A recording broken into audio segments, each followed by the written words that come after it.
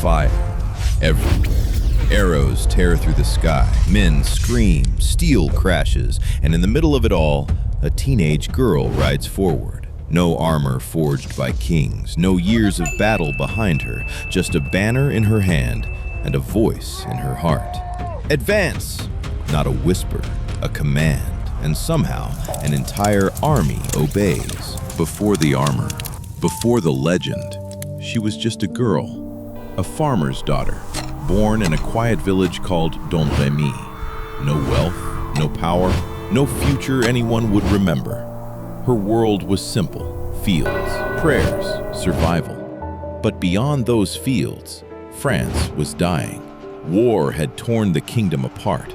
The English were advancing, cities were falling, hope was disappearing. And then, something impossible happened. She heard voices, not once, not twice, again and again. Voices she believed were sent from heaven, calling her, guiding her, telling her something no one would dare believe. She was chosen to save France. Think about that. A teenage girl, no training, no title, claiming she would lead armies and crown a king. You can imagine the reaction. Laughter, mockery, suspicion. Who do you think you are? Go back to your village. You're just a child. Even her own people doubted her. And deep inside, so did she. Because courage isn't the absence of fear. It's standing up while your hands are still shaking. And hers were. But she didn't stop. Because the voices didn't stop. Against all odds, she convinced a commander to listen. Then another. Then another. Until she stood before the future King of France himself, Charles VII. A room full of powerful men, war-hardened, skeptical. And in walks a teenage girl, claiming divine purpose. They tested her, questioned her, tried to break her. But something about her was unshakable. Not arrogance, conviction. And somehow, impossibly, they believed. She was given armor, a horse, a mission, to break the siege of Orleans, a battle France was losing, badly. The city was surrounded, morale was shattered.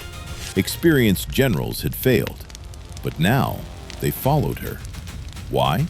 Because she didn't fight like a soldier, she fought like a flame, fearless, relentless, unyielding. She rode into battle, not behind her troops, but in front of them. Arrows flying, cannons roaring, and there she was, banner raised high, not commanding from safety, leading from the fire. Act, and God will act. Her words spread like wildfire, and something changed. Men who had lost hope found it again. Soldiers who expected defeat began to believe. And then the impossible happened. They won. Orleans was liberated, the turning point of the war, all because of a teenage girl who refused to believe she was powerless. Victory after victory followed.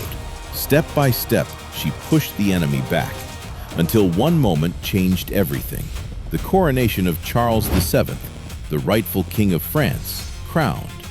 And standing beside him, not a general, not a noble, a teenage girl who had once been told she was nothing. But history doesn't reward courage without a cost.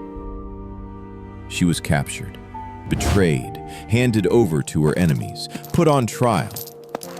Not for defeat, not for failure, but for belief. They called her a heretic, a fraud. They tried to silence her voice, the same voice that inspired a nation.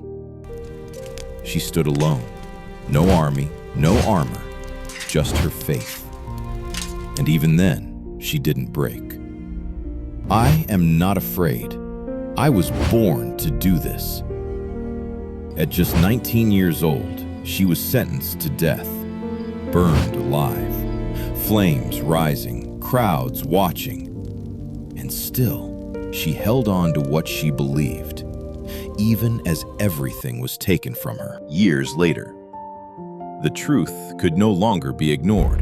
Her name was cleared, her story immortalized, and centuries after her death, she was declared a saint. Not because she never felt fear, but because she refused to let fear define her. Think about that. A teenage girl, no power, no army of her own, changed the course of history because she believed when no one else did. Sometimes the people who change the world the most are the ones the world never believed in until it was too late to stop them. And maybe, just maybe, there's a voice inside you too. A calling, a purpose, a fire waiting to rise.